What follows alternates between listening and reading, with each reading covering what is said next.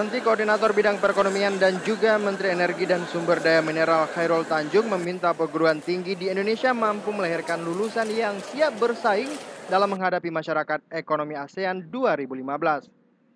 Pemuda dan mahasiswa diminta mengasah jiwa kewirausahaannya untuk bisa menjadikan Indonesia sebagai pemenang dalam persaingan ekonomi ASEAN.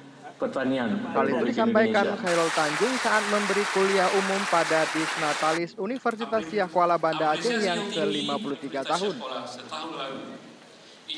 Menurut Chairul Tanjung, tantangan terbesar Indonesia saat ini pada peningkatan kualitas sumber daya manusia.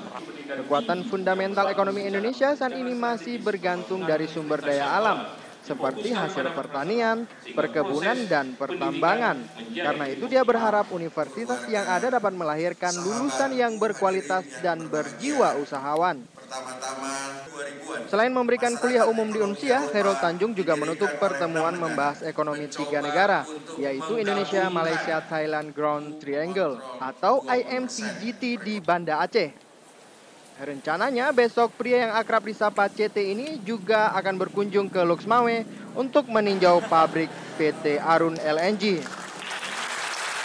Dari Banda Aceh, Rizal Nasir melaporkan untuk Aceh Video.